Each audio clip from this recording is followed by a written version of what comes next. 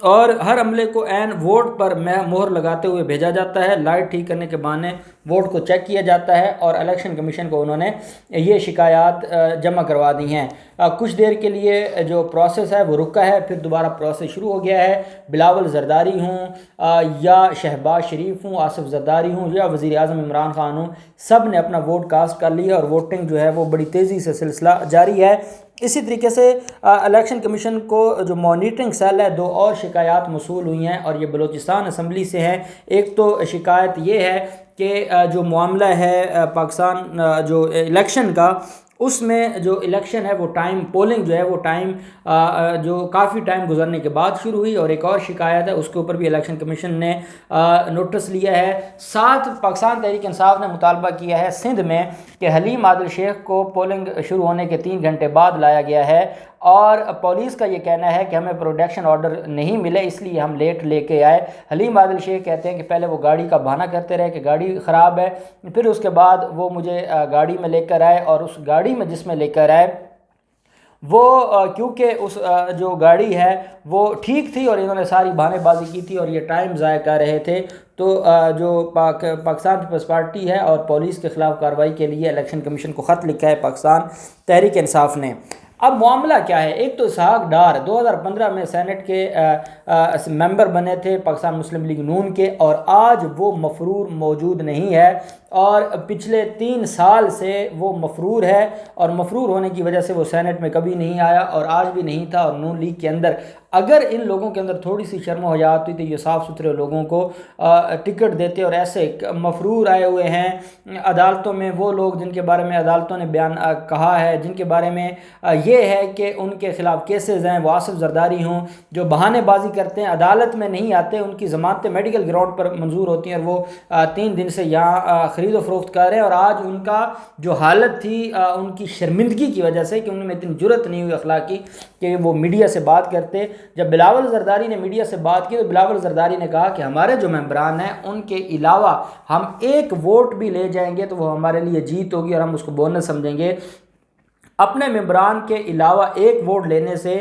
وہ جیتنے والے تو نہیں ہیں، اس کا مطلب ہے انہوں نے اپنی ہار تسلیم کر لی ہے۔ وہ جو یہ کہتے تھے کہ یوسف رضا گیلانی جیت جائے گا اور حفیظ شیخ ہار جائے گا، اب انہوں نے اس بات کو تسلیم کر لی ہے آج کی پولنگ سے کہ وہ جیتنے والے تو بالکل نہیں ہیں، لیکن انہوں نے یہ کہا ہے کہ ہمیں صرف 1 ووٹ بھی اوپر پڑ گیا ہمارے ممبران کے علاوہ تو وہ ہمارے لیے بونس ہوگا۔ ان کو امید تو یہ تھی کہ یہ اوپر جتنے ووٹ بھی بچتے ہیں وہ سارے کے سارے ان کو مل جائیں گے، اور انہوں نے جو خرید و فروخت کا جال بچھایا تھا اور جو پیسے انہوں نے تقسیم کیے تھے، ان کو امید تھی کہ یہ جیت جائیں گے۔ جب وہ سارے جال پکڑا گیا ہے تو اب یہ آ گیا اس معاملے پر کہ 1 ووٹ بھی ہمیں زیادہ پڑ گیا تو بڑی بات ہوگی۔ دوسری طرف پاکستان تحریک انصاف کے جو باغی رکن ہیں شہریار شر، پہلے وہ آئے ہیں، وہ بیانات تو دیتے رہے، جب انہوں نے ووٹ ڈال کے وہ باہر نکلے ہیں اور میڈیا ان سے سوال پوچھ رہا تھا کہ آپ نے ووٹ کس کو دیا، تو اس نے یہ نہیں کہا میں نے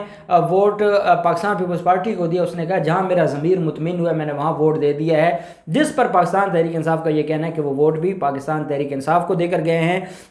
جو شہباز شریف ہے، جب ان سے بار بار پوچھا جاتا رہا کہ آپ نے کس کو ووٹ دیا ہے، اس نے نہیں کہا میں نے یوسف رضا گیلانی کو ووٹ دیا، اس نے کہا جہاں میرا ضمیر مطمئن ہوا ہے میں نے وہاں پر ووٹ دیا ہے، اور میں اپنے ضمیر کے مطابق کام کرتا ہوں، اور باقی جو جہاں دھاندلی کی باتیں ہیں الیکشن کمیشن کو اس کے اوپر ایکشن لینا ہوگا، وہ خود کہہ رہے ہیں، دھاندلی کون؟ پی ڈی ایم والے کہہ رہے ہیں، اور وہ خود کہہ رہے ہیں کہ الیکشن کمیشن کو اس کے اوپر ایکشن لینا ہوگا، اور یہ الیکشن کمیشن کی ذمہ داری ہے صاف شفاف الیکشن کروانا۔ اور انہوں نے نہ یوسف رضا گیلانی کا نام لیا، نہ یوسف رضا گیلانی کو ووٹ ڈالنے کی بات کی، انہوں نے کہا میں نے اپنے ضمیر کو ووٹ ڈالا ہے، اور میں نے آپ سے کہا تھا بلاول زرداری کو ایک بات یاد ہونی چاہیے کہ آپ تو کہتے ہیں کہ ایک ممبر بھی اوپر ایک ممبران سے زیادہ 1 ووٹ بھی پڑ گیا تو بونس ہوگا، آپ یہ سوچیں کہ آپ کے جو ممبران ہیں وہ کتنے کم ہو رہے ہیں، اور پاکستان مسلم لیگ نون آپ کے ساتھ کر کیا رہی ہے، اور شہباز شریف گروپ آپ کے ساتھ کرنے کیا جا رہا ہے۔ تبھی تو مریم نواز خاموش بیٹھی ہیں۔ مریم نواز کو تو جیسے سانپ ہی سونگ گیا ہے، ساری رات جو کچھ ہوتا رہا ہے میڈیا ڈسکس کرتا رہا ہے، دھاندلی ہے، ویڈیو ہے، آڈیو ہے، واٹس ایپ ہے، سارا کچھ میڈیا ڈسکس کرتا رہا ہے۔ کوئی خاموش ہے تو وہ ہمیشہ کی طرح جب بھی ان کے سر پر بنتی ہے وہ خاموش ہو جاتی ہیں، وہ مریم نواز ہیں۔ ان کا ٹویٹر اکاؤنٹ بھی خاموش ہے، ان کو ووٹ کو عزت دو کا نعرہ بھی خاموش ہے، آج کوئی ٹویٹ نہیں کیا ووٹ کو عزت دو کا، نہ سینٹ الیکشن کے حوالے سے کوئی ٹویٹ کیا، نہ اپنے شیروں کو کوئی تلقین کی، بلکہ ان کی حالت یہ ہے کہ وہ جاتی عمرہ میں بند ہو کر رہ گئی ہیں۔ اور وہ کل بار بار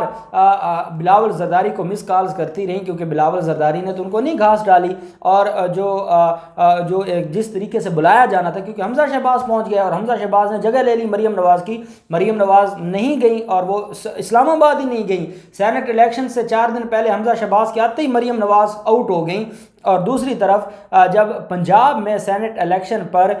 جو متناسب نمائندگی کے مطابق جس کی جتنی سیٹیں ملتی تھیں ان کو مل گئیں، اور یہ نواز شریف کا فیصلہ تھا اور پارٹی کے بڑوں نے کہا تھا کہ یہ فیصلہ ٹھیک ہے، تو نواز شریف سے بھی ناراض ہوئی مریم